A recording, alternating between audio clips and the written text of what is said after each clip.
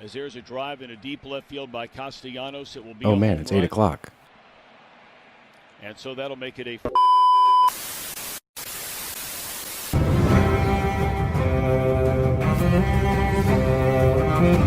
Good afternoon, everybody, and welcome back to another episode of Morrow Bros, your favorite podcast from the bros for everybody, for whoever wants to listen. I am your co-host, Sir Steele, joined as always by the one and only Sir Goots. What's up, dude?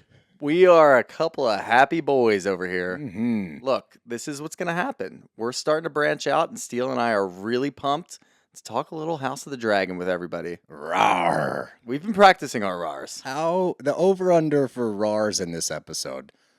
I would imagine every time that we talk about one of the dragons, we're probably going to let out a little rar. I mean, you think you have to, but as Shooter said... Vague rar.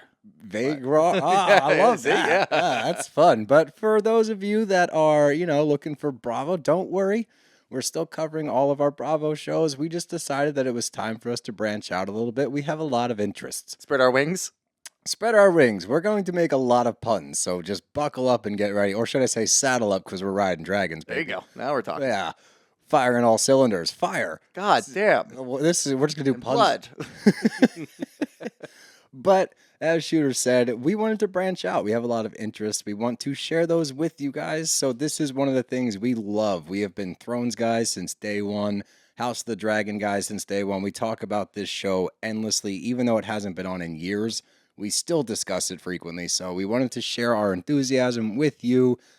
And on top of that, is this a good time to tell them? Should we tell I think everybody? It's a good time to tell everybody, yeah. Yeah, since we've decided to start branching out, and as you know, with our Morrow Bros members program, for those of you that are unacquainted or not part of the membership program, we are starting our exclusive episodes with rom-coms, and that is another area in which you're branching out, and that is almost like a test run for our faithful, our Morrow Bros members, those that want to get more exclusive access.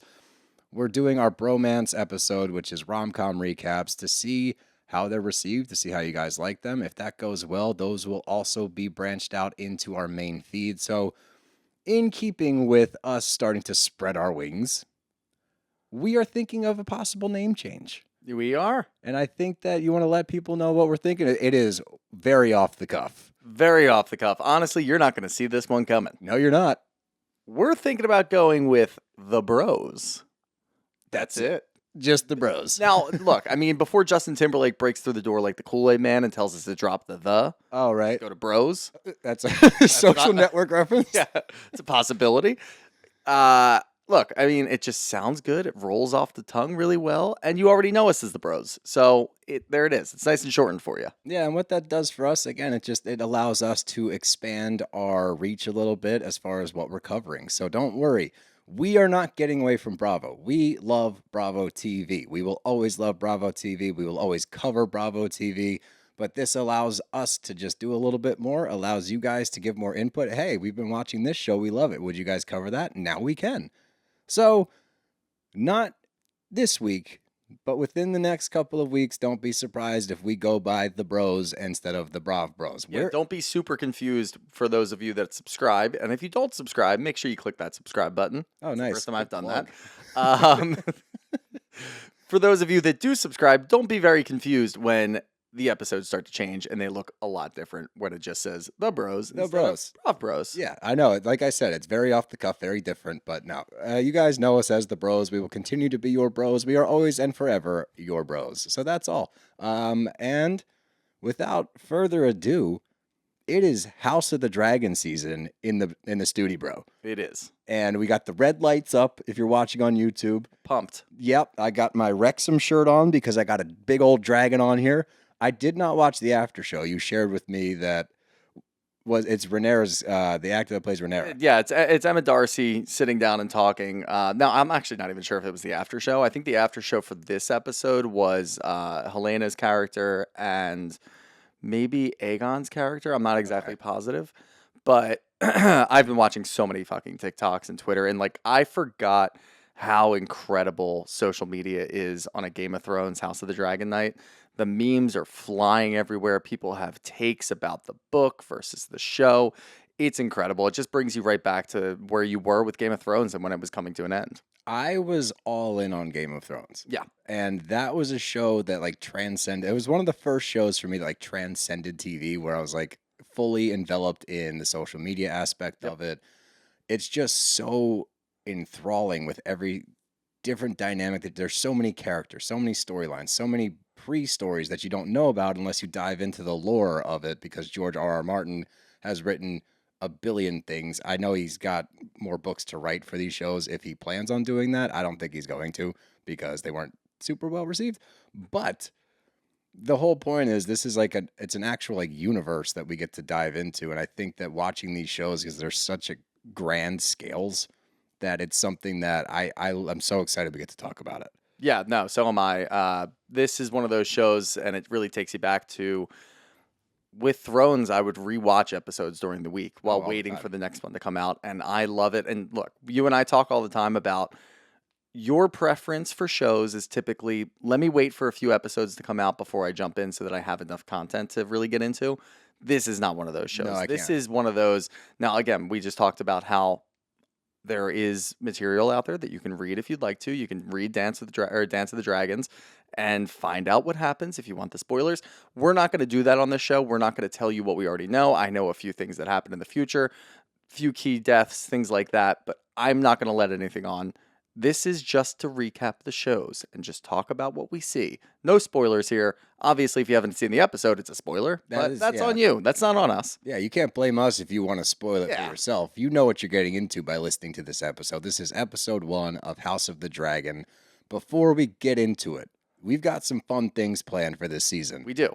The first thing we're going to do, and we're going to do it right now, we're going to set up our odds so that everyone knows what's going on. We're going to have to listen back so I can write down the odds. Or maybe I should just write it down now as we go.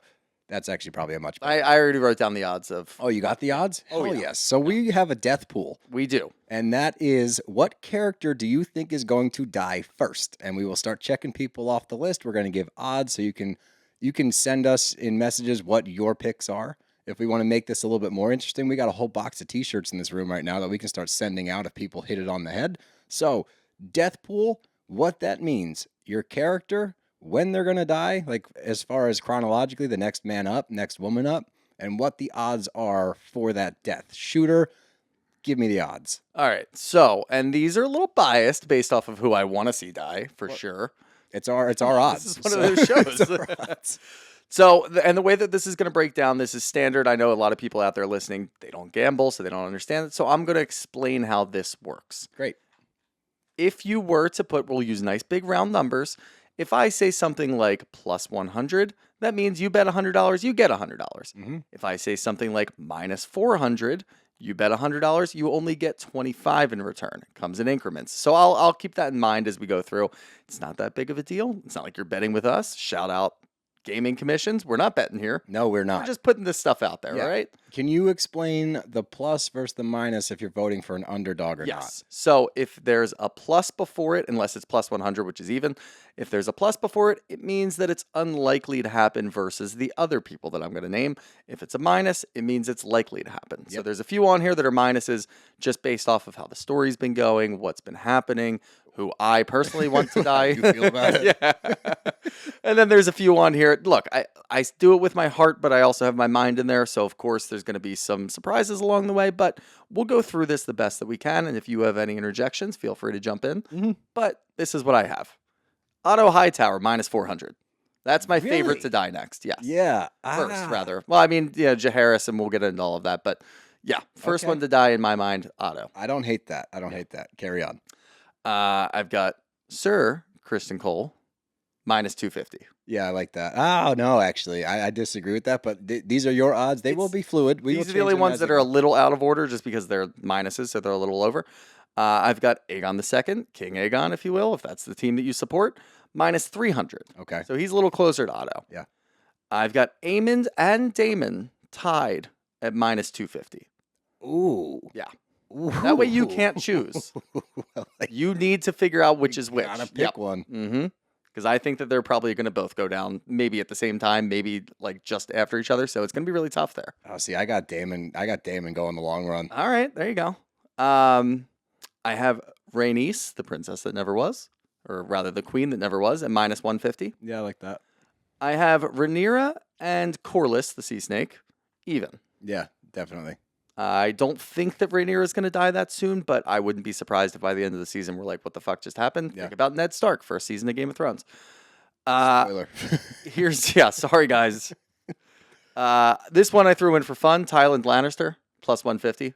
I think he's going down. He's an easy one. That's Probably the happiest man in the kingdoms right now, though, because his bully died. Yeah, that's a oh, Jesus. Don't worry, I got a few more of those lined up. Well, they're fictional characters, so you can say whatever. Exactly. I've got Jace or Jaceres, plus 150 as well. His brother just died, so I don't think they're going to kill him off that quickly. I think he's got good. Yep. I have Clubfoot, Larys, plus 250. Oh, see, I got him in the minus, but okay. Really? I think he's going to linger around. He's going to do the little finger aspect. He's the new Littlefinger. That's what he is. Well, it's always the master. Well, I guess he's sort of he's way more Littlefinger than he is Varys. I just don't because Varys is a little more forthcoming, whereas Littlefinger was behind the scenes, snaky, like shit like that. Mm-hmm. I don't know how they cast these people to get. It's so on the nose. Larys, literally, if you asked me to depict or explain what that character would look like, that's him. Absolutely. It's incredible. Yeah. I mean, he's a guy that's obsessed with feet. We know that from the first season, so here we go. Let's move on here a little bit. I also have Alicent Hightower, plus 250. I think she's going to linger around for a bit. I have Helena, plus 350. Yep. Her child just died. Spoilers ahead, but I don't think they're going to kill her off right away, unless... She might kill herself. Exactly. I might, I think ooh. But that's really the end of it. I've got the White Worm in there too. I don't think she's as important as the other ones that I listed. Not yet. She's up there at plus 450. So. Yeah, I like those odds for the most part. There's a couple of discrepancies, but hey, I don't make the books. You do. So it is what it is. You got some chances to make some good money there, I think. So if you have a pick, go ahead and send us a DM. I will pick from 3 people. Mm-hmm. And if you win, if your bet hits, you will get a t-shirt. And if you have better odds, I'll throw something else in there. And we will keep teaching you how to be degenerate gamblers along the way. So you get a little win-win here. But let's dive into this episode because there's a lot to talk about. It was a longer episode. I don't know if everyone's going to be that long or if that was just the premiere. I think the average runtime that I read before, the average runtime is a little over an hour. Love that. Yeah. I love that. With a couple of them, I imagine towards the end, that are going to be an hour 15, hour 20. I would imagine they start to get towards the end. They're like little movies. But let's jump in, and we start out with a familiar place, which I loved, and that was Winterfell.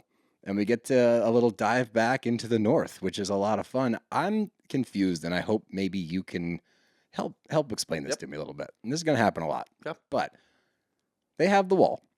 The wall's been there for centuries. Yep. From what I've gathered from season 1, the warning of the winter, the long winter, is a secret. So why does the North know what's going on beyond the wall? Like they're waiting for that to happen. They're protecting that. Yeah, so I thought it was really funny just because from what we know about the Starks, and this is the first time that we're really seeing the Starks. I know that we saw the Starks in season 1 when they were bending the knee to Rhaenyra as the heir, but that was just one Stark. And I believe that was another Torrhen Stark. That was Torrhen Stark. This is Cregan Stark. Yeah, so this is Cregan Stark. This is his son who ended up being the Lord of Winterfell, but he also essentially got drafted to go to the wall. So that sucks. So anyway, this was really funny to me because we see the Starks throughout Game of Thrones just talk about winter is coming. They know everything. They know that death is beyond the wall. They know how the wall was built and all of these things. It's really funny to see 300 years before Game of Thrones, and they're still doing that shit. Yeah. They are so consistent. That's what just talking about winter the entire time, talking about death is on the march. And look, I'm sure it's just based off of a couple of raiders that went out there or a couple of riders that went out there and came back and reported some stories. Saw some White Walkers. They just take everything so seriously up there. It's just so funny to see. I actually appreciate how stark they are when it comes to their demeanor. And the fact that we got a note, because we're going to build teams as we go, the Starks are on Rhaenyra's team. They have listened, or what is it, obeisance. Obeisance. They have obeisance. They never forget their oaths. Yeah, they don't forget their oaths. So they are still on Team Rhaenyra. They are bending the knee to the real queen. So that is good to know. The Starks have always been honorable people. They continue to be honorable too. I guess this is like 200 years prior, right?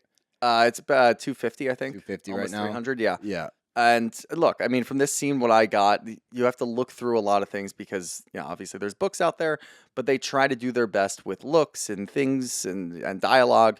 It seems like Jace has been up there for a little while and he's made friends with Well, Kragan. his hair's longer. His hair's You longer, gotta note those things because that's how these shows, episode to episode, tend to jump long time frames. At least season 1 did. It did slow down towards once they got all the adult actors in there. It started to slow the timeline a little bit.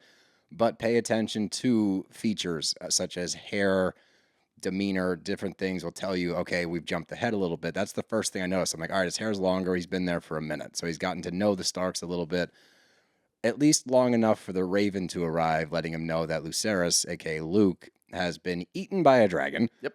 Still one of the best endings to a season ever when Vhagar comes out of the fucking clouds and just boom. Old grandma dragon. Dude, when that happened last year, I think I jumped out of my seat. I was like, no, what? Like, they're so good at ending on such a fucking banger. So that is important to note, though. The Starks, Team Rhaenyra. Yes. All right. So we move on from there and we get a check-in with Daemon and Rhaenys. And these two together, first of all, was there sexual tension? Because I got a little sexual tension. No. This is Rhaenys again, she was the queen that never was. She doesn't take shit from anybody. No, she's a badass. I'm not saying that. And this is Daemon coming out saying, you're going to do this. I love that little line that she threw in there. Would you be the king? Yeah, exactly. You're not the fucking king. You can't tell me what to do. And look, essentially what's going on is Rhaenys is riding her dragon all up and down the coast because there's a embargo. There's a whole string of ships that are just blocking everything. Well, Corlys has the blockade in order to Yes. keep things coming into King's Landing, to keep them. And essentially there's probably some war breaking out over there, a little There's sea war. battles Yeah, happening. there's some Well, you battles see going his on. ship come in later, and it's like, and I know that's a glimpse from last season as well, but that's a continuation. There's still, I'm sure they're not posted up in the middle of the sea and not having some reprimand from the other side of Absolutely. things. So that makes a lot of sense to me. But these two are formidable, and I wonder if we're going to get to a point where they do team up, because I think they could fuck some stuff up. They definitely could. I just don't really see Rhaenys teaming up with Daemon. I don't think she likes Daemon at all. It would be on her terms. It would definitely be on her terms, and I think that's what Daemon wants. I think Daemon wants both of their dragons. We'll take them both to King's Landing, and we'll go rip them out from the root. Oh, if they go try to take on Vhagar, they're going to lose. I'm just going to say that right now. They could. I think they would. Maybe, yeah. That's my bold prediction. That's your bold prediction? Well, not that bold, but I think the biggest thing here is to note that, one, like you said, Rhaenys is not going to follow anyone. Even when she leaves and comes to Rhaenyra's side at the end of last season, it's not as though she's like, I know she offered her support and everything, but she has a different air about her where it's more so like, I'm helping you to help me, versus the other people are like, oh, I'm loyal to the crown. She's just like, I got fucked. I'm not getting fucked by these people, so I'm going to help you fuck them back. I think, honestly, what it comes down to for her is that the sea snake vowed to Rhaenyra. Yes. And she goes by her oaths, and she was unsure as to what she was going to do. The back and forth here is incredible. One, first off, the little driveway for the dragons, sick. Awesome. So Fucking cool. love that. Yeah, Let's it's just pull up my dragon, hop off, and I get to walk into the castle. Awesome. Love that. Great setup. But the back and forth is really important. Again, we already talked about the strain between the two of them, where Daemon wants her to do something. Rhaenys is absolutely not going to say it. But an important nod, I feel like, maybe to the audience because of last season, when we were talking about how Rhaenys pulls up on her dragon. She could have ended it all right there. I know, and I wish she did. Well, obviously not for the show purposes, but she could have. She easily could have. Just either flame him or eat Aegon. Just anyone, Done. honestly. Just knock the entire stage off. Who cares? But Daemon knows that. And Daemon says that to her and says, well, if you just did what you should have done last year, we wouldn't be in this situation, and Rhaenyra wouldn't have lost a son. So think about that. So he does have the upper hand at the end of this argument, I feel like. But is that, again, a nod to Rhaenys and her honor of following the code, where she's not going to kill off? That's a good point. That could be the dichotomy between the two characters. Interesting. Daemon's going to do whatever the fuck he wants. Well, Daemon is unhinged. Like, I Love Daemon. He's fucking Uncle Daddy Daemon? incredible. Yeah. Matt Smith is the actor's name. Yep. He is remarkable at that character. Like, he embodies everything.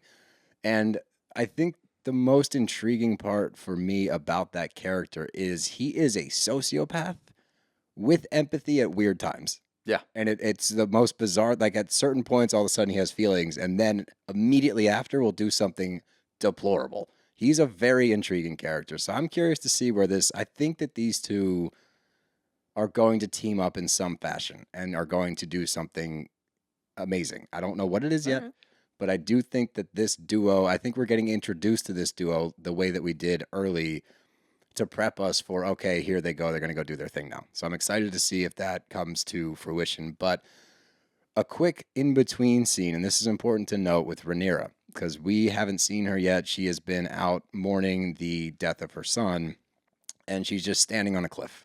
And it's important to note, because we get a couple of these scenes throughout, doesn't say a word, you just get a quick glimpse, and then we move on. And the next scene is with Corlys, who is getting back from the battle. And I'm not going to lie to you, because he's walking with a cane. And then Alan, which, by the way, love that a guy's name is just Alan. Well, it's Allyn at least. Oh, I know it's spelled funny, but it's like, thank you, Alan. It's like, you've got these crazy names, and then fucking Alan down by the docks. And when he pulls out that dagger, I shit you not, I was like, oh my God, we're going to have a pirate storyline, and that's a peg leg. No, it wasn't a peg leg. But this is important for Corlys because obviously he was hurt last year. They didn't think that he was going to make it. They thought he was going to die. What was going to happen? Lucerys was next up. Yep. And the sea snake pulled through. Lucerys gets eaten by a dragon. Yeah. So big swing of events there for the sea smoke. Sea smoke. Well, that's the fucking dragon. Jesus Christ. Big swing of events there for Driftmark. But it's really touching, I feel like, to see that dagger was commissioned for Lucerys by Corlys. So even though we all know it's a bastard son, Corlys still felt for him, and he still wanted him to be the heir to Driftmark, and he made this dagger for him, and he finds that and says, fuck, he's dead. Yep. So that was a good little scene, I feel like. One, we get a little check-in on the sea snake, just make sure he's okay, limping around a little bit, but he's an important character, so we love to see that. Alan, I hope there's more Alan. There's got to be more Alan. We got to be able to remember Alan. That's an easy name to remember. Well, the other part of that is he's not going to give a nod to the fact that Alan saved him and pulled him out of the water if Alan doesn't come back later. Agreed. Alan's going to be Team Sea Snake in some capacity. I don't know if he's going to work his way up as a confidant. I'm not sure what his role I is. swear to God, Alan, if you're a traitor. Remember the name Alan. Yeah. All of you out there. Alan will be important in some way, shape, or form. But we move on from there and get back to King's Landing for the first time. And I immediately wrote this down because I thought it was important. You get Aegon in the room with his kids and his wife, the queen, and he's looking for Jahearys to take him into the council meeting. Yep. When he says, or she says, I'm afraid, and he says, well, we got Vhagar, blah, blah, blah. She said she's afraid of the rats. I immediately wrote that down because I do know this show. They're going to leave little hints all over the place. So the minute that she said, I'm afraid of the rats, I was like, okay, that's important. I just wrote down the rats. So that's Helena. Helena is, we saw her last year. She seems to have some sort of, I don't want to call it like a brand-like power, but she has some sort of dreaming power. Yeah, she sees visions of things going on, but they're not clear. Very clearly, they are not clear to her. And I think what's going on here is she's having a hard time deciphering between what's real and whatever she's dreaming about or whatever she's thinking about. Yeah. And she's very quirky and awkward, but she does this in the middle of a conversation. Aegon clearly has no fucking idea what's going on with her. He's probably a little weirded out by her and just moves on really quickly. But she is staring over at the cribs when she says the rats. It's like, ugh, maybe listen to her. Yep. And a slight note that I noticed later, and thank God, again, I can't shout out social media enough after Thrones night or a House of the Dragon night. Do you know what she's quilting there? Oh, shit. No. It's legitimately the veil or whatever they use for Jaehaerys' funeral. Stop it. She has no idea what the hell's going on. Fuck. See, I need to get... this is what happens early on. I'm not locked in yet. You're not locked in. I'm better than that. That's a great nod. Yeah. Wow. Yeah, so she's all over the place, and she doesn't know what's real and what's not, and she's just kind of doing things. But she even says to Aegon, when Aegon's like, yeah, I want to bring Jaehaerys to the small council meeting. He's got to be able to learn these things. She says, what if he doesn't want to become king? Because he's not gonna. I don't think that, as funny as it is and as the point out of what she's like stitching over there, I don't think she's thinking that necessarily. No, I don't either. I think she's just thinking for the well-being of her son. Like, everybody's going to die. This is a huge war that's going on, and there's going to be a huge dance of the dragons. I don't want Jahearys to be part of that. Maybe if we don't make him king. Maybe keep Jerry out of it. You know? Let's just keep Jerry out of it. Yeah, Jerry was collateral damage, unfortunately. But the next scene, we get Alicent and Kristen. This fucking guy. Let me tell you, Kristen Cole. Cunnilingy. First of all, he just strikes me as a medieval fuckboy. Yeah. Like the way he carries himself. There's something about him initially last season. I was like, I don't love this dude. I'm not sure why, but I don't love this guy. You didn't love him? No. Oh. No, I got a weird vibe from him last year. I know, like, hindsight, obviously. Yeah. But I was like, I'm not sold on this dude yet. The name Kristen Cole sounds like a medieval porn star. Yeah. So there's just something about this dude I was not sold on. But he breaks this oath very willy-nilly. And I don't know if that's because of, the fact that the women that he is courting, if you will, are women of power. I'm not sure, but he is very quick to break this white cloth oath that then he puts the cloth back on. Like that was definitely a moment where after they get done and, you get I love that this trope transcends centuries and different in fiction. And she's like, this could never happen again. I'm like, you guys are going to bang tonight. Shut up. Yeah.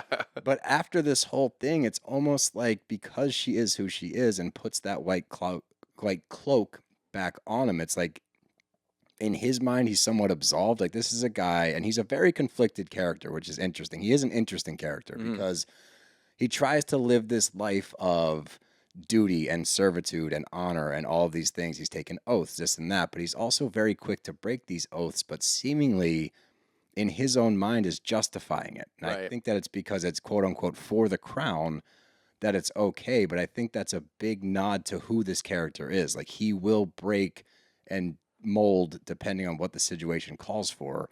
That's not somebody you can trust at the end of the day. Yeah, he's an unbelievable hypocrite at the end of the day. Last season, he and Rhaenyra, obviously, they had a bit of a fling, and he wanted to run away with Rhaenyra. You can leave the crown behind. You don't have to become queen. We can go, I think he said, like, we can go sell cinnamon or something and just No, be he said we can go to, like, Essos or the Free Cities and just live a normal life. He says, I've seen the ships packed with oranges and cinnamon. Okay, all right, so whatever the hell he said, Rhaenyra's response was, well, we could continue doing this, but I would be here, and obviously I'm going to get married to a suitable person that could be the king, so on and so forth. His response to that was, I don't want to be your whore. You want me to be your whore? What is he now? He's Alicent's whore. He's Alicent's whore. Yeah, the queen regent. You're just you know what, Chris? You're just a little hoe. He's a little hoe. So he, for whatever reason, held on to this grudge with Rhaenyra because she didn't want to run away from him. You're just a fucking knight. She was going to be queen. Of course she's not going to run away with you. She says, I am the crown. Like, yeah, like, shut up, dude. So now he's all pissed off and he's just moving on. And look, both of them, it's a really interesting situation and dynamic between the two of them because Alicent still has love for Rhaenyra. And obviously she's fearful because of what could happen in the future. But she still has love for Rhaenyra. Kristen Cole might, but he's not acting on it anymore. He's acting opposite of that. He is the man scorned, is what we're saying. Yeah. That's what's happening. He definitely still has love for her. You can tell by the vernacular in which he speaks about her. Like, it's definitely that, like, he wants to hate her. He says that she's terrible, this and that, but you can tell it's just because she broke his heart, which, again, looking back at the situation, like, come on. I also love that he doesn't age. Everybody else aged, wrote down, and he didn't. Under the Corlys scene, I literally wrote, what is age? I don't know. Because Corlys doesn't look any older either. He's got a limp now. Well, but like, the time jump from the end of season 1 to season 2 is not that vast. No. Like a year or two. I'm talking about when they were children. Oh, yeah. Corlys looked the exact same as Corlys does now. So does Rhaenys. Well, any of the adults that were there, like Otto Hightower, he's got like a little more gray in his beard maybe, but the majority of the adults, they're all still the same. Yes. Obviously, everybody else changed actors and actresses. But Sir Kristen Cole was, what, like 15 or 16 the first time we see him, and now he's in his 20s, and he looks exactly the same. Look, maybe they didn't want to recast him. I don't know what the hell happened, but... They went with a very subtle hair change. Yeah. That was their... He changes his hair again later, by the way. How do you know that? Because they have the trailer for the whole season, so and then he shortens his hair later. Oh, well, I don't care for that. No, I did appreciate the locks. He needs... Keep the locks. I feel like if you're a knight, you have to have locks. Yeah, dude. Isn't that... That's Jamie Lannister. Exactly. Beautiful. Or Heath Ledger in A Knight's Tale. Now we're just spanning across all fiction. That's a great movie. Great movie. Maybe we cover that one at some Good. point. I love A Knight's Tale. But in this scene with Alicent and Kristen, you get the rat killer, who we later know as Cheese, which is a funny name for him. And if you don't know, his compatriot at the end of the show is named Blood. So if you hear us refer to Blood and Cheese, which is the name of this episode, Blood and No, Cheese. the name of the episode is A Son for a Son. No, I know. The name of our episode will yeah. be called Blood and Cheese. Okay, yes. Yeah, keep up. All right, sorry, my bad. But Cheese, the rat killer, is seen walking through at this point, which I also thought was interesting. And if you pay attention to it, most people are not allowed to just roam freely throughout the castle. This guy was just walking uninhibited by anybody, and he was carrying the dead rats over his shoulder with a stick. Nobody paid him any mind. He was able to move freely throughout the castle. That plays an important role later, obviously. But moving on, we get this council meeting. And Aegon brings Jahearys into it, and they're just going over where they stand. Who's is falling in line with who, what allegiances are going to what allegiances, all of that. They have Stormfall. They've sent letters to the North and the Vale, which we find out later that the Vale and the North have both bent the knee to Rhaenyra. So again, our teams are taking shape.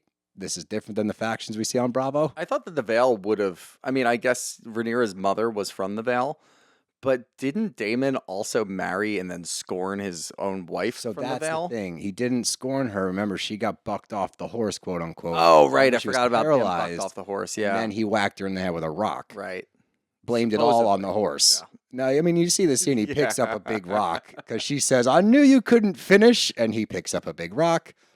And we know what Bingo. happens. Yeah. So technically speaking, I think everybody knows. That's why I was surprised that the Vale was able to pledge to Rhaenyra. Yeah, but they're also not going to fuck with Daemon because he's got a dragon. He's Yeah. got Syrexis. Is that what his name is? I want to get the names right. Caraxes? Caraxes, Syrexis.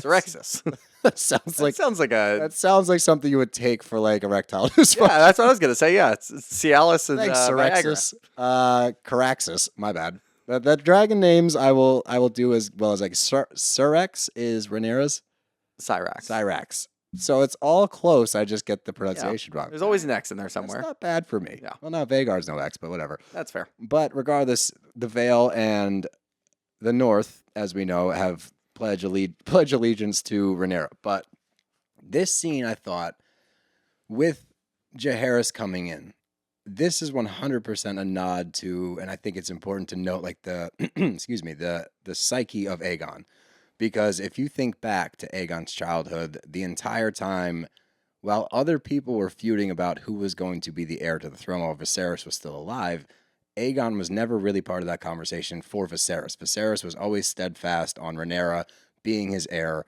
while other people were trying to figure out how to supplant her, and the other people being obviously the Hightowers, who are related to Aegon. So I think that this moment was a nod to Aegon feeling like he did not have a relationship with his father, that his father never did any of this shit for him. So, hey, I'm going to do what I never had and bring this annoying kid in here.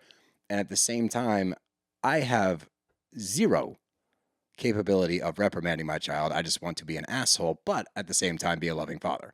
That's the vibe I got. No, that's definitely a good thing to point out. And I think it really shows you the headspace of Aegon while he's going through being king. We saw last year he was very timid about it. I mean, he was drunk. He was in like the whorehouses. He was all over the place. He never wanted to be king. He never wanted to be king. He just wanted to be the drunken prince. And if you want to go do that, you can go do that. Now you're king. Have fun. But he's now in this headspace, I feel like, where you can't really tell back and forth. And a lot of people are going to compare him to Joffrey. He's not nearly as bad as Joffrey. No, I made that mistake earlier. Like, no, he's not. And I was like, yeah, you're right. Joffrey from oof. day one knew that he was going to be king and Wanted acted to be like king. Yeah, he wanted to be king just so he could have the power. This is, I don't want to say the opposite, but Aegon, it seems like he tries at some points, and then at other points he's completely disinterested. So he'll go back and forth for a little while and then lose interest in the entire concept of it and start laughing at his son messing with Tywin Lannister, which, by the way, is very funny because all of us, obviously, from before watching Game of Thrones, hated the Lannisters. You can respect the Lannisters all you want. I think some of the characters from that were incredible, but we hated the Lannisters. Now we get to watch one get bullied by a 5-year-old. It's Yeah, really funny. it was. And I want to know this, and I asked this last year. I think you and I talked about it, and we didn't talk about it on the podcast, obviously. What the fuck are those little balls in the little rings? I think that when you become a part of the council, you get your ball. And in order to speak at the table, you must have your ball. Okay. That's what I've gathered from that. All right. We have not gotten an explanation. I'm sure there's a very convoluted one in the lore If of I Game of really wanted Thrones. to look it up, I could find it, but I I'd would rather just speculate. Yeah, it's more fun. I would rather speculate. Let's see. I think maybe they're Dragon Balls. Is it sort of like I think this was in Billy Madison, that if you get like the talking ball, you get to talk? That wasn't was that Billy Madison? I don't remember now. No, that was an Adam Sandler. No, that was Anger Management. Okay. Oh yeah. There we go. It was an Adam Sandler movie, but that's what I think. I think that if you are a member of the council where you have a seat at the table, you have a ball. Yeah. I don't know where the ball comes from. Maybe it's like dragon glass or something like sure that. it is, yeah. But regardless, that's what I think. I don't think it's that important, but bet me that becomes like a pivotal thing later on. Somebody's probably gonna get their head bashed in by one of those things. That would be a good death pool, Yeah. like prop bet. I could honestly see at this point like Aegon just completely losing control and deciding to grab one of those and just smash somebody in the head with them. I could see that. Maybe Otto Hightower.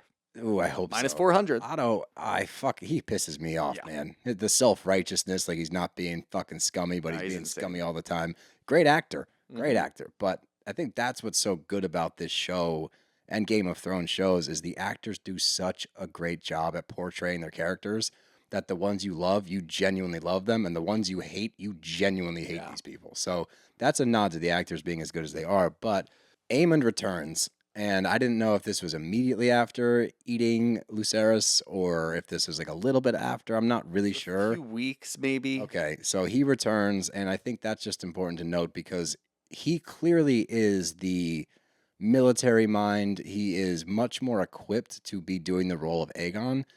The only difference between the two of them, which is weird to say because it doesn't appear that Aegon has any sympathy or remorse or any kind of normal feelings until we get to the scene where he's talking to the town, what they need, this and that. You get Right. kind of a different glimpse, whereas Aemond is very much focused on conquering, killing, but will listen. Like he Yeah. will follow orders where Aegon will not. I don't know. I get the opposite actually from that. I feel like Aegon will listen to orders, at least to a certain extent.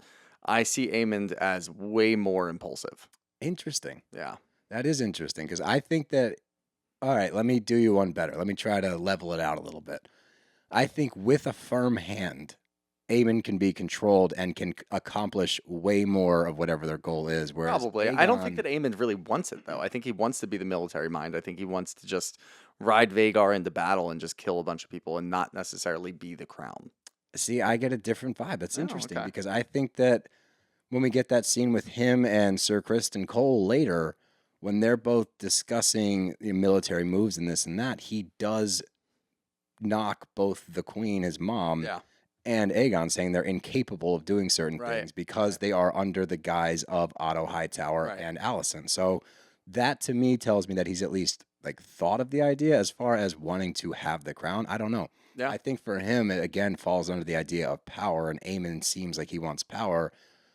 Wow, I'm going through a lot right No, now. it'll be really interesting to see because at the end of this episode, obviously, with what happens and what transpires, Aemond is logically the Next in next in line for the throne. He is. So now I know in the books there's a third No, no, third no, we're not doing child that and here. a son, We're but not- we like don't read. Baelor, but We no, don't read here. No. No, none of that. I think, man, I don't know because the other thing is when Vhagar eats Lucerys last season, Mhm. he does have a moment of no where he's like, shit. And I don't, is that because he knows that he just started war? Does he actually feel bad? Was it a prank that went too far? Because we did see them fuck with each other a lot in the first season. Yeah, I mean, I think that he realizes right there that it's going to start an entire war. I don't think that was like remorse for killing his Okay, cousin. I'm just curious because I'm trying to, there's a lot of, his nephew, actually. Yeah. there's layers to all these things. Yeah. You got to think about all the Gotta think layers. about it dude. all. But moving on from there, we get Alicent and Larys. This is the first time we've seen Lord Larys, that sneaky fuck.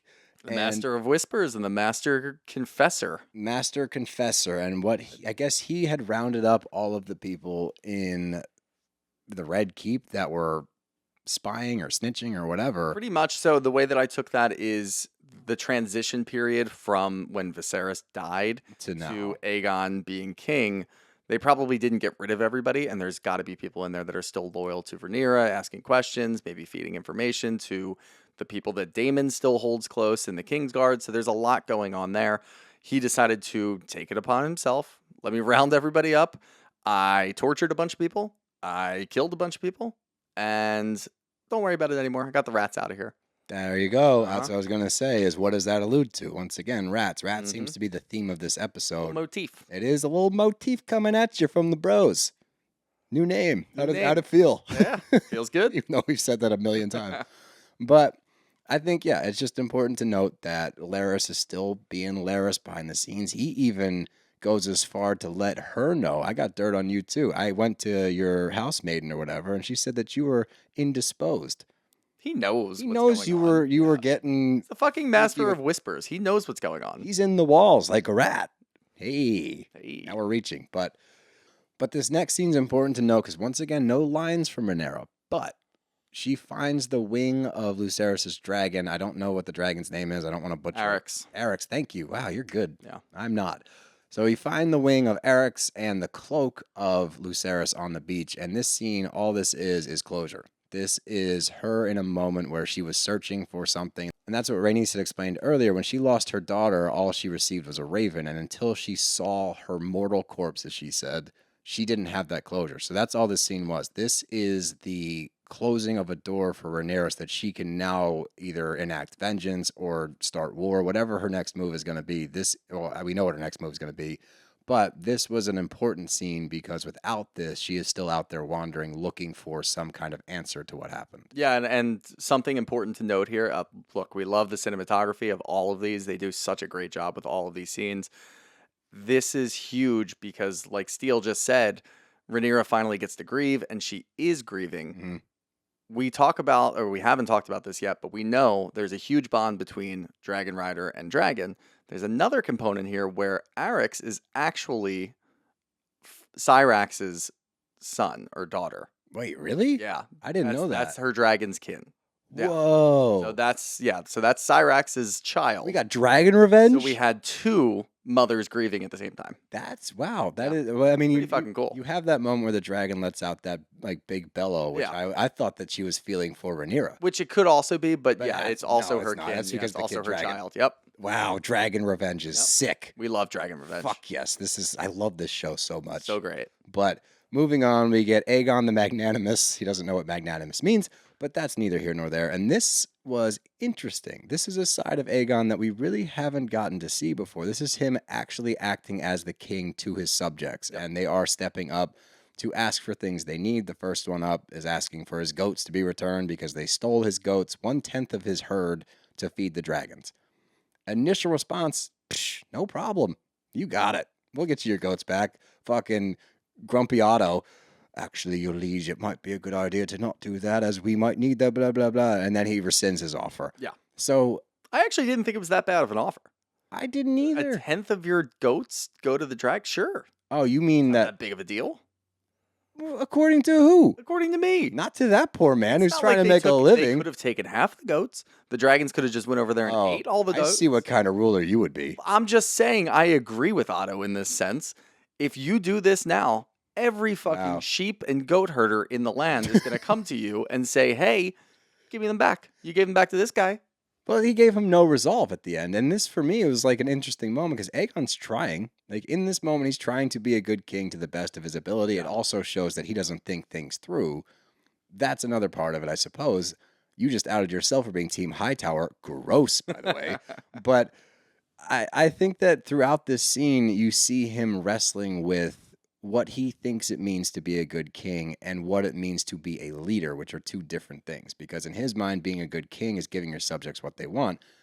Hand to the king over here is telling you, no, this is a bigger picture. You can't just give in for whatever they need, even though some of their offers seem fairly reasonable. Like the blacksmith coming up and saying his name was Hugh, another great name, Hugh and Allen. Hugh's going to play an important part moving forward. Yeah, so Hugh, Keep an eye on Hugh. and you can tell, by the way, when like the way that the camera zooms in and everything slows down when he steps up specifically. That's why I wrote his name down, Hugh. Like he's probably going to be important. Yep. He goes on to explain, look, all the blacksmiths are broke. We got to make all this shit. Iron's way too expensive. Can you pay us beforehand? Aegon says yes. You can tell Otto has something to say about it, but he does put his foot down in that moment, which I think is important to show that he can speak up over Otto. Yes. Which is going to lead to the scene that we're about to get to, and that is Larys and Aegon. Old Clubfoot. Old Clubfoot comes up to talk to Aegon and plant some seeds about Otto. And this is really important because what we just saw in that room was those two attempting to work together. Otto attempting to impart his will, which is what we saw him do the entire first season. He was planting seeds left and right with his own daughter, trying to get her into the King's Keep, which he did. Now he's got the next in line for the throne. Now his grandson is on the throne. So everything he's doing is snaky. So now Larys is putting it in Aegon's head. Hey, this man was the hand of the king to your father. I was expecting him to say, your father got rid of him, by the way. Don't forget. He didn't actually say that part. But I do think that this is a very important part because now Aegon's going to start to question things. And he also doesn't strike me as somebody that's capable of doing this by himself, which would lead to a massive downfall or a death, which we love. But I don't know. I thought that this scene is going to be a major factor going forward. Yeah, no, I think it definitely is because it speaks to the psyche of what Aegon's going through. The fact that he's even listening to Larys right now, knowing, what Larys is, the fact that he's the master of whispers is going to be important. Like, it's going to change how you look at how you want to rule. The fact that Otto is there, everything that just went down in the throne room talking to all of the subjects, you wanted to do good. Yeah. You are the king. You can do good. Otto's going to try to change that. So now that seed has been planted in his head. So we'll have to keep an eye on that. Now, obviously, things happen at the end, but he'll probably remember that moving forward and say, maybe he starts blaming Otto for everything. Maybe anything that goes wrong, which, look, every king's going to do, every king has done that we've seen in this Game of Thrones universe. They're going to start questioning the hand immediately if something goes wrong. So it's important to see Larys is sinking his teeth into Aegon, which is smart for Larys, bad for Aegon. Bad for the throne, too. But he's also got his teeth into Alicent as well. And she thinks that she's using him. See, I think more so than that. I think that that's what... Oh, wait, Otto has his teeth in there, or Larys? No, Larys does. I don't think Larys has his teeth into her because I think that Alicent knows what Larys is now. I think she knows, but I think that she's playing a dangerous game and doesn't know how far his reach is as far as digging up shit and manipulating situations. I think that she thinks she has a handle on it. Yeah. I think that he is more conniving than she's giving him credit. I think the scene with her in the bath speaks to how she feels about Larys, though. Okay. Because immediately after he tells her, I changed out all the handmaids, I got rid of all of those. Get out. Get the fuck out of here. And then she scrubs herself clean. So I think she feels dirty even being associated with him. Okay, that's actually a really good point. But we get Otto and Alicent. We have the Hightowers meeting, and they are trying to make sure they're on the same page. And their end result, yes, ? Because is the end result for Otto to have his offspring or his relatives be on the throne, or is the end game for Otto to sit on the throne himself? No, I don't think Otto wants the throne. I think he's completely complacent being the hand, having his offspring on the throne. I think he wants, if he loses being the hand, he could defect. That's how I see it. I can see him going to the other side as soon as Aegon says, get the fuck out of here. Ooh, I like that. Now, I mean, smart move by Aegon would be, fuck you, I'm going to kill you. Yeah. Have him beheaded right away so that you can't flip to the other side because I don't trust you. But if he were to be spurned away from his position, I think that he would immediately run away. He wants power over anything, but it doesn't mean that he wants to be sitting on the throne. Okay. All right. I wasn't sure. But I mean, the whole conversation between these two is to figure out, are we on the same page? Yes, we want the same thing. Very convoluted conversation that they have. Super convoluted. Were they even talking to each other? I don't even know. I don't know. I was lost the whole time. That's why I just kept writing things down. Yeah. I think it's important to note she's so hung up on Aemond's eye from when they were kids. Yeah. That's when he lost his eye. Because, by the way, your kids were being shitheads fucking with Rhaenyra's kids, and one of them lost an eye. They were about to kill him, by the way. And then, well, Aemond stole Vhagar from Luceryus. Right. Okay. So that whole thing, the fact that she keeps bringing up the eye, like she has not yet gotten her retribution for the eye. Mind you, Luceryus is dead. Yeah. Still not enough. Why is that such a sticking point with her? I have no fucking idea, honestly, because that's an unfair trade. You want an eye for an eye, that's an eye for You an got an eye. eye for a kid. You got an eye for a kid. That means that the other side is now going to turn to violence. That's exactly what's going to happen. I think she's in denial. Is that what it is? Yeah, I'm I so think it's confused. pure denial. I think that she won't blame her child, like even though she is in so many ways, and Aemond speaks to it a little bit later. She is blaming her child for what happened, but she's still not. She's still saying he's right to go seek retribution for that. Oh, is she trying to justify the dragon eating, Maybe. Who the or is fuck this knows? more? I think she's completely out of it. She doesn't know what she's doing anymore. Well, is that also, is she harboring that because it gives her more reason to not like Rhaenyra, and she's just trying to maintain some kind of anger towards that side Could of be. things? She contradicts herself this entire conversation. That's why I was so damn confused. When she goes back and forth, she's talking about the eye for the eye, and then she's saying we need to be able to find a resolution here without turning to violence. Like, no, No, it's not going to you happen. can't. Like, it's already turned to violence because of the actions of your son. Yep. So we have no other choice but to turn to violence. And at the end of the conversation, they're like, "Yeah, neither of us wants the violence, right? Right? Yeah, we don't want it, but right? it's Maybe time. you, Alicent, but Otto wants it. Yeah, it's time. Yeah. It's time for shit to pop off. But we get a return of Massaria, and aka the White Worm, which we find out that she was the one with feelers out throughout the entire Red Keep. She knew what was going on. She was the one getting rumors, spreading rumors, all those different things. So Daemon throws her in Hawk for a little while until he can figure out what's going on. And that's when we get the return of Rhaenyra to Dragonstone, which they get around the war table. They're filling her in as to what's been going on. She says one line. This is her only line the entire episode. I want Aemond Targaryen. Now, question. Does she want Aemond? Or is that go kill somebody? Go fucking kill somebody and bring them back. I think it's Aemond. I think it's just that? specifically Okay. Aemond, yeah. Because at the end of the day, it is still look, Rhaenyra is going to turn into a complete horror, probably. More likely. Rightfully so. But I think she specifically does want Aemond because of what he did to Lucerys. That's not a hey Daemon, go kill whoever the hell you want. Daemon hears, well, yeah, let's go kill whoever the fuck we want. Well, he Let me said get my Aemond. hoodie out. He said Aemond. He said Aemond. Well, we'll get to that in a minute. Okay, yeah. But yes, he heard that. That's her only line of the entire episode. And still, Emma Darcy was able to portray an incredible character the entire time without even speaking. One line. One line the entire time. Unbelievable. So yes, her coming back, and look, we talked about it with Rhaenys. She's ready for revenge after seeing that. Okay. All right. I wasn't sure, and that makes more because my other thought process with that was I want Aemond Targaryen.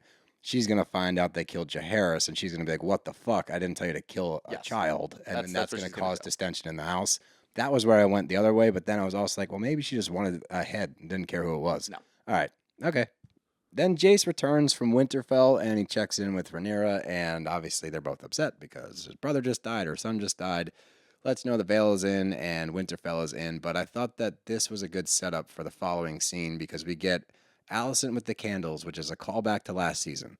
And on the juxtaposed side of that, it's a weird way to say juxtaposition, we get Rhaenyra with fire, and they are also doing a similar, what do you want to call it? Help me out I here. mean, essentially, it's a funeral. It's It's just a all that they funeral, could find. Right. And they're burning Luke's stuff. So if you remember last season, we had that moment where after Rhaenyra had lost her mother, Alicent takes her into that temple with the candles and says, "This helps me be closer or feel closer to my own mother, who I also lost." So in this scene, I think what you're getting with the fire and both of them sitting in front of it, and obviously fire, dragons plays a big role in this whole thing.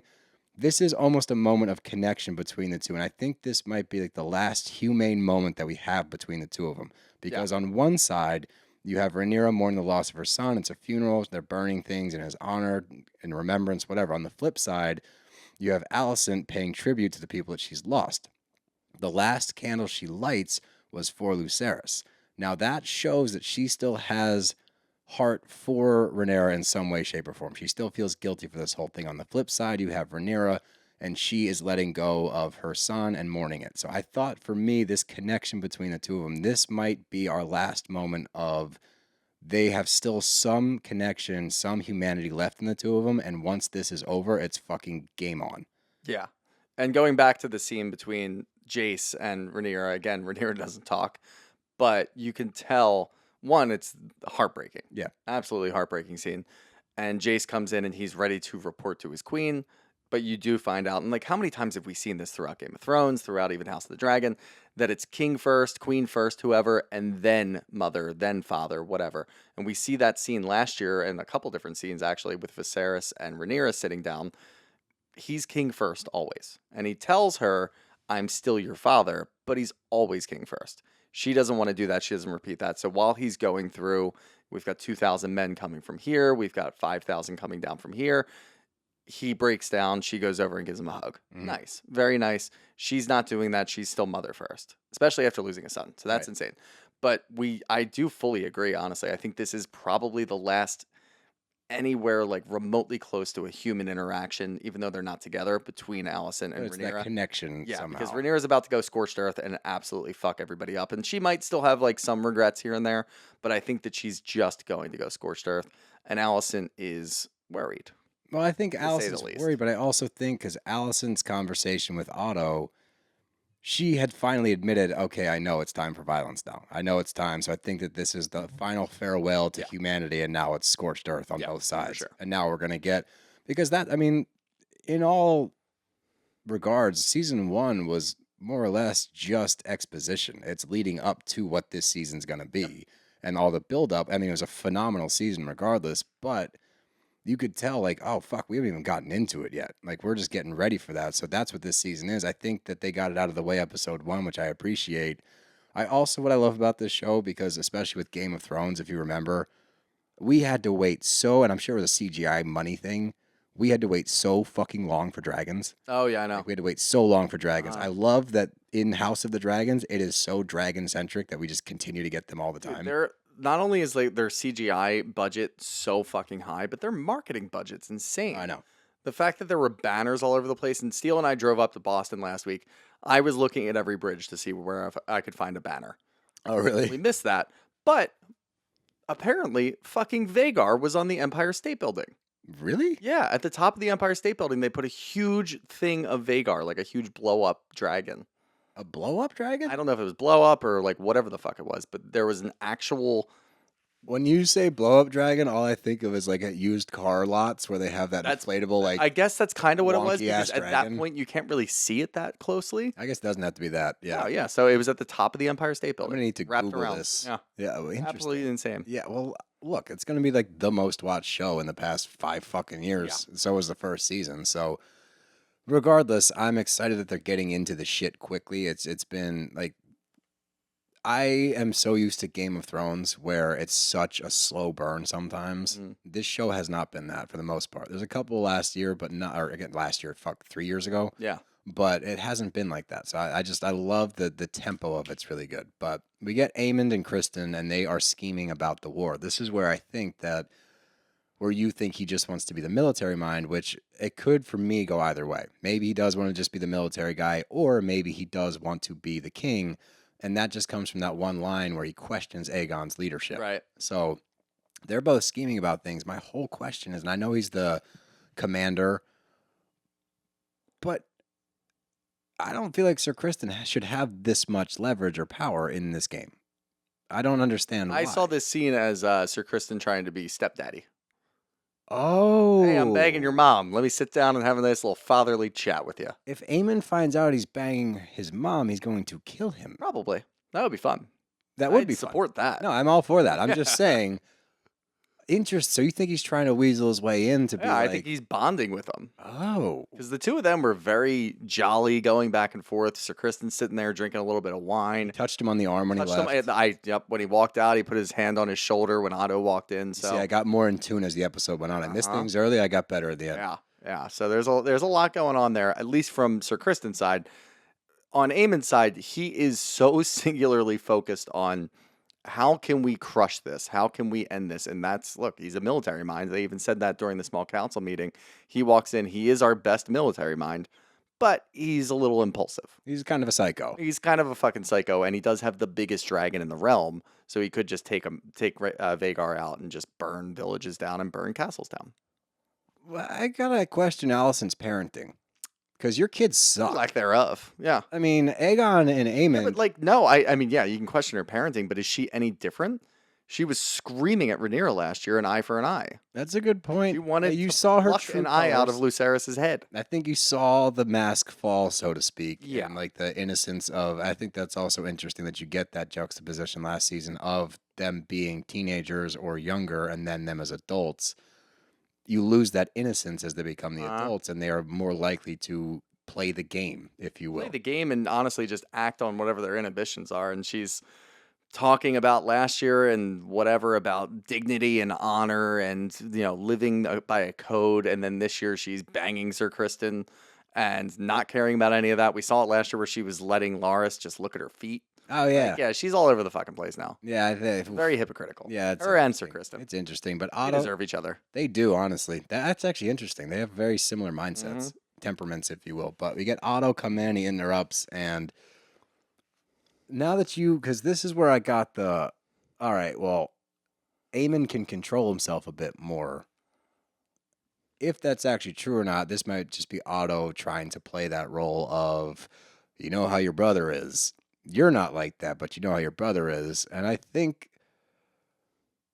now that I think about it, I don't think that Aemond can be controlled, but I do think if you prop him up like that, he's easier to either manipulate or point in a certain direction, whereas Aegon is simply too dumb to like pick up on certain things. So maybe that's what it is, especially if you pit him against Aegon, where it's like, look, you're the better brother. We all know that. Yeah. So- I think if you put them side by side in the way that Otto wants to talk to both of them, he does want it, and he knows that it's very easy to control Aegon, at least for right now. But when you go to Aemond, if you talk to him the way that you talk to Aegon, he's going to tell you to go fuck yourself and maybe kill you. Right. You walk into Aemond and you talk to him like an adult, a mature person, somebody who understands the military of it all, someone who understands this and that.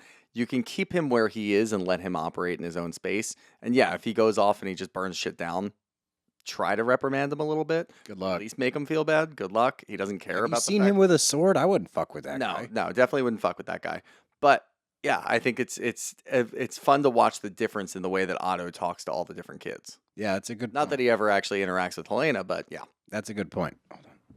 But that takes us to the climax of this episode, if you will. And we left out a quick cut earlier because I wanted to just do it all at once. And that was Daemon getting to King's Landing via boat. And he walks up to the gate, and there is a large gentleman there who works for the King's Guard named Blood. Good. We don't know that unless you have the subtitles on. Or did they even shout out Blood? They didn't even show blood. No. Well, I felt like they didn't want to tell you because they're like, I knew blood and cheese before. I didn't know like what happened, but I knew the blood and cheese was going to be a huge part of this. And I feel like the subtitles tried to hide it from you a little bit. But once things got moving, you're like, oh, I know exactly what's about to happen. And we're really going to do this the first episode? Oh, yeah. Fucking hell. Game of Thrones is back, baby. You should have known as soon as Daemon throws on that hoodie, he's about to commit some war crimes. When he puts on the Sith hoodie, as I'll call it, a little Star Wars shout out there, he's about to fuck some stuff up. Yeah. That's when it's not even his alter ego, because he's just that guy always. He's always, yeah. Yeah, it's just more or less like once the hood comes down, shit pops off. Yep. So he pays Blood to get in, and we meet Cheese. Cheese is the rat killer from earlier, and that you do get a subtitle nod to him when Daemon slams him up against the wall. It says Cheese choking. Yes, yeah. Which it took me a second to realize, like, what? Oh, Choking that's on cheese. yeah. His name is Cheese. Cheese. Cheese. Didn't we lock in a dumpster once? Yeah. I got out. I hope you know that movie. But he goes to Cheese because he knows the ins and outs of the castle. He's also got ears in the castle. He is one of the confidants of the White Snake, Massaria from earlier. So he goes and asks him if he can do his bidding. The bidding being, but he even asked him in that moment, go kill Aemond. Yep. He wanted Aemond dead. So the way that this scene broke down, he's sitting there and we know what's going on. He himself, Daemon, does not want to have to go in there. He wants to send 2 assassins to go take out Aemond. But the end Assassins use that word very lightly. Well, these I would two say guys. Blood definitely is. Blood is basically the fucking mountain. You see how big that dude is? Yeah, but when I think assassin, I You think think sneaky? sneaky, not big, like clumsy man. That's fair. Yeah. Stomping about. But it was important to note, of course, that Daemon was Lord Commander of the Knights Guard, or rather the City Watch, so he still has connections in there. There's a lot of people that are still loyal to him, so Blood comes right over and says Commander. So you know right then and there there's a connection. So he will do whatever Daemon wants to do, and he also said fuck the Hightowers. Yep. Very important. That's how all of us feel. Well, he's- So I don't know. You let it slip earlier. A little bit of an Otto I stand. just agreed with Otto once. What do you Whoa, want me to whoa, do? gross. Anyway, so sending them in, or rather, before sending them in, important conversation to have. Hmm. Go kill Aemond. How are we gonna know who it is? Silver hair, white eye, or one eye. You're not gonna have any issues. Okay, very very normal. What if we can't find him though, and then you just see Daemon's face? So it's up to us, the watcher, to try to figure out what he says in that moment. You know, Kill kill fucking somebody. anyone. Take someone's son. Take somebody of importance and kill them. And it has to be a son for a son. After all, it is Father's Day. This episode aired on Father's Holy Day. shit. Yeah. Uh-huh. Wow. That was planned, by the way. That had to be. 1,000%. That had to be. That is a deep cut. Yeah. My God. I love this show. But they get into Maegor's tunnels, which is I guess the tunnels throughout the keep where all these rats are. Maegor's tunnels have been referenced, actually. They were referencing Game of Thrones as well when Cersei was talking about blowing up the Sept. Okay. Maegor had a tunnel system running through the entire city. All of King's Landing is essentially tunnels underneath. In the event of war breaking out or a sacking of King's Landing, he could get out and the rest of the royal Maegor's family could make out. Got it. Yeah. All right. So that's a nod back to that. But they pass through the keep, or the throne room, and Aegon's in there, like drunk with his buddies. Just shooting the shit. Shooting the shit on the throne, man. Just having a time, getting a little drunk, making fun of the magnanimous word Yep. that he didn't know what it meant and wanted to come up with something a little bit better, but he's just sitting around with his boys, his goons, if you will. But I think that was a good portrayal of what he thinks of his role. He doesn't take this shit seriously at all. No. He just knows he's got a ton of power and wants to abuse it to better him in any way, shape, or form, whether that's having sex or drinking or doing anything not kingly. Yes. He doesn't give a shit, is what I got from that scene. And again, this isn't alluding to earlier when Cheese is able to navigate the castle without anybody blinking. He walks right, like you just walked out of a wall in the throne room, and he doesn't even blink with a torch, mind you. It's not like you snuck in there. There's a fucking torch, and you just walked in and go straight through. Yep. Don't blink. Walk straight through past the King's Guard. Yes. Yep. And everyone's like, okay, cool. It's the rat guys. Aside from one person missing from the King's Guard, who's very important. But yeah, no. Yeah. We'll get to that. We will get there. But as they go through, they get to, was that the same trap door as Rhaenyra's room? Was that Rhaenyra's room? Because remember last season when Oh, yeah, it Daemon definitely tells him to was. get out? Uh-huh. So he goes through the same like trap door in there, and they walk in, and he makes it known like we're not supposed to be up here. This is where the royals are, whatever. They start jaunting about looking for Aemond. Blood's very important point. Yeah, that's why we're fucking here. Correct. We're here to kill a royal. Where do you think the royals are going to be? Probably on this floor. Now, as they're traversing about, I thought that one of them was going to get whacked. I didn't think they were going to make it. But they get to Helena, and that's when we get this big moment of the two kids are asleep, the twins. One's a boy, one's a girl. She points at the boy, allegedly. Now, do you think, and obviously what there happens afterwards is they kill the boy. Yes. Do you think that was the boy? 1,000%. You don't think that? So I Anyway, it's the said girl. this earlier. Again, when it comes to Helena, she is in and out of this whatever dream phase that she has where she has visions. She doesn't know what reality is, what's going on. And I think another thing that's important here, and I don't know if this will ever come up, but this is just something that I thought, the conversation that she had with Aegon in the beginning of the episode, what if he doesn't want to be king? Maybe she's saving him from doing that. Now, it's important to point out because I know there's a lot of book readers out there that are going to say, well, it's completely different than the books. The show is completely different from the books. And it's important, again, to note the books are written by maesters. That's how they're written. We saw that in Game of Thrones, that Sam was writing a Song of Ice and Fire, which is the whole thing. And he even said that he left out Tyrion. So Tyrion's not even in the entire book, even though he had a huge important role to play the entire time of Game of Thrones. Interesting. He's not in that book. So when it's written by maesters, things are exaggerated. There's a lot of things that need to be filled in. You don't know exactly what happened. But in the books, she says, take my life before the kids. And that's not an option. And there's a lot more that goes on there. It's a lot darker because it's George R.R. Martin and he makes things a lot darker. But Helena stays the entire time in the books and watches everything happen. Yeah, in this, she obviously takes her daughter probably her daughter, and bounces from the room, and they kill the boy, Jahearys. A fucking unsettled. And that's the other thing. All the people online are clamoring for more.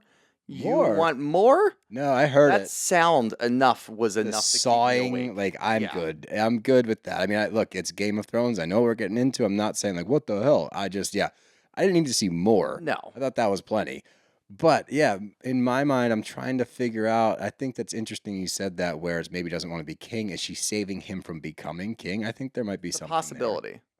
Or, if she's having these weird visions where she's unsure if they're reality or in her own head, or is it a thing where it's like, I've had this vision, this is how it plays out, there he is. Could be that, honestly. It could honestly be her on autopilot at that point. I already know what's going to happen, and I saw this, so here. Like, that's that, or, the alternative offer was either you pick or I kill all of you. Yeah. So, oh man, I don't know, but she runs out with her daughter and runs into Alicent's room, who is currently banging Sir Criston. Hopping on his Hightower. Yep, hopping on the Hightower, as we like to say around. But that's the end of the episode. Did I miss anything? No. And a lot of questions remain, obviously, that we'll get answered next week. And that's the one thing about Thrones shows and House of the Dragon is there's always going to be speculation one way or another. And my big question for you as we come to the end of episode 1, we obviously know what the teams are aligning to be. They will shift. This is similar to our Bravo shows. They will shift. People will fall on different sides of the street eventually. People will get exiled or attempted to be killed, and they'll go to the other team. But as of right now, I'm not going to ask you what team you're on because I think we're both on Team Rhaenyra. But who do you think has the upper hand as of right now? As of right now, the green team has the upper hand. Okay, that's what I think. They have the king. They have King's Landing. By the way, it's green They have versus black are Vhagar. the teams. Yes. They have Vhagar. They have really all of the coin that they need. They have the alliances at least close by. Now, obviously, there's going to be an all-out war, and anytime rebellion happens, things are going to change. But right now, I would still say the green team still has the upper hand. It's coming. It will come down to Harrenhal, which is in the Riverlands. Like that is. They both said the same thing earlier in the episode. Aemond says it, and then Daemon says it. Mhm. We need to get our toehold in the Riverlands at Harrenhal. So it's all going to come down to Harrenhal, which I think and hope and pray it's a fucking massive dragon fight, and then you get both armies attacking each other to try to capture Harrenhal. But that's what I see happening is a big badass dragon fight. Hopefully Vhagar falls. I don't like Vhagar. I don't know why. That old bitch. I like most dragons. Yeah, you don't Even on like bad her. teams, I don't like Vhagar. I just love when Daemon said we can take down that old bitch. Yeah, so ho-hum about it. No, and I think, look, there's going to be more dragons introduced because we did get to see last year Daemon was going into the crypts underneath of Dragonstone, singing songs to other dragons, trying to bring them in. There's another dragon floating out there called the Cannibal Dragon. Love that. It's just a dragon that eats other dragons. Fuck so yeah. that works really well for going against Vhagar. Yep, and we also saw him going down there and like cracking open those ash piles and pulling eggs out as well. Yep. So there's a bunch more that are going to be coming out at some point over this. I think it's a long war, but again, it's not that long of a story when it But comes down to it. So It doesn't matter because it's like, again, the time jumps from episode to episode that we're used to can Right. be anywhere from like months to years. yeah. So I don't think that the length of the story has to matter so much. I'm curious how many dragons I want all the fucking dragons. Oh, absolutely. Yeah. I just love this show so much, and the fact that we get to sit and talk about it too, because we get to watch it on a different level. And I always did watch Game of Thrones and last year House of the Dragon or 2 years ago in the same way. I pay attention to all the details and stuff, but this makes it a lot more fun to the point where I'm even thinking when Arrax's wing is found, those people are probably petrified. A dead dragon means, holy shit, what the fuck's going on here? Yeah. They don't know what's going on. Then a dragon comes out of And nowhere. then a dragon comes out of nowhere, and they're like, what is actually going on? So it's going to be really interesting to see. They always do such a good job with this. And look, I mean, we can talk about the butchering of the end of Game of Thrones, but we're not going to. Don't even bring it up. We're going to talk about how great this show is. So many more to come here. I think there's 8 episodes. Oh, that's it? Yeah. There was 10 in the first season. All right, there's 8. They better be long as shit then. Yeah, they're going to be They long. made us wait for 3. know. I thought it was 3 years. 2 years. Are you sure? Yeah. regardless, it's too long to wait for this show. I So. know it was 2 years because we were talking about it before we would get into Bravo stuff. Oh, you're It was in right. our preamble. That's a good point. Yep. And look at us now. We get to talk about it. Hell yeah, brother.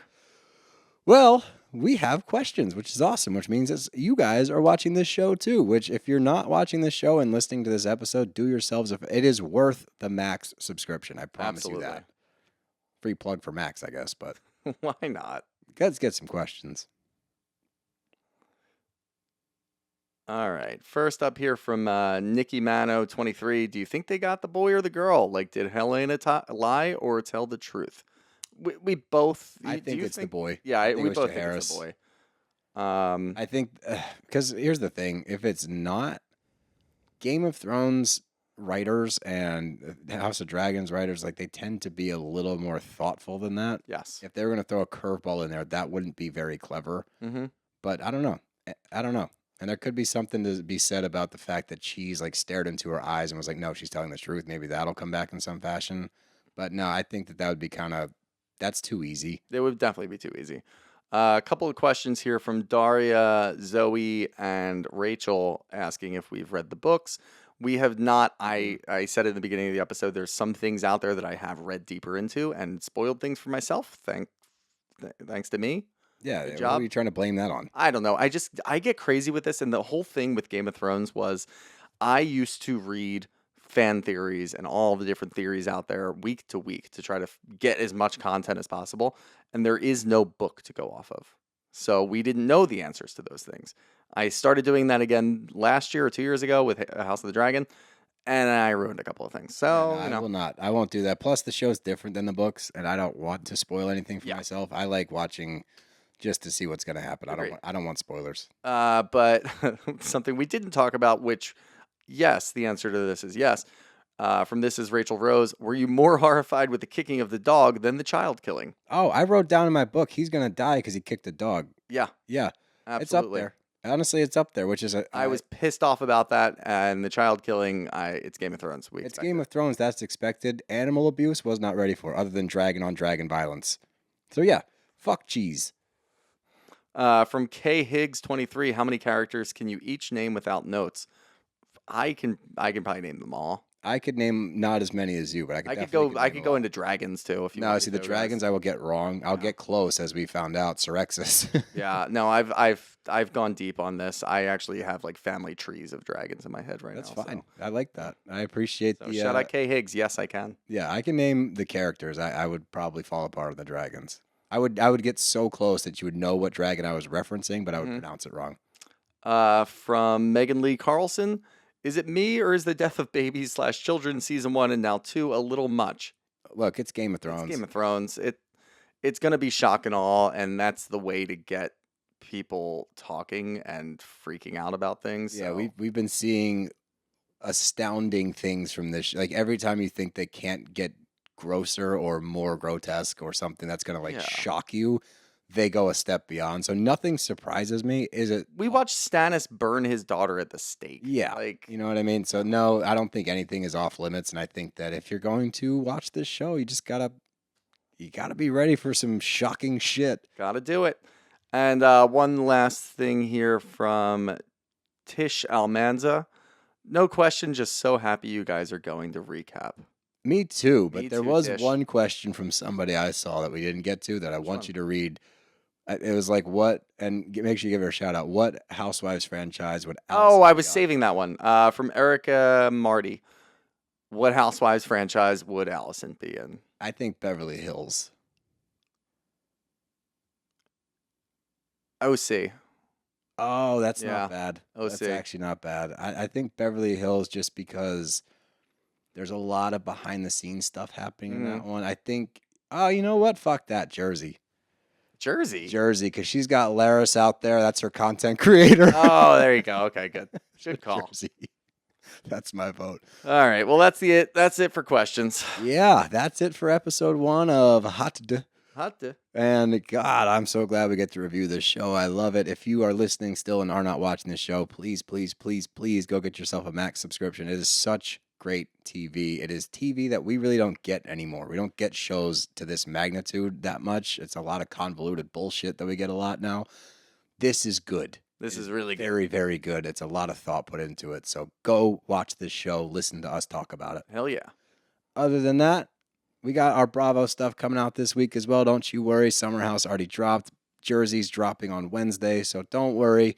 We still have all our original content. We're just adding a little bit more. And like Shooter said earlier, get ready for the Bros. It's not that big of a change. Bros. You guys call us the Bros anyway. We're just making it official. Other than that, Bravo Bros are out of here. Later.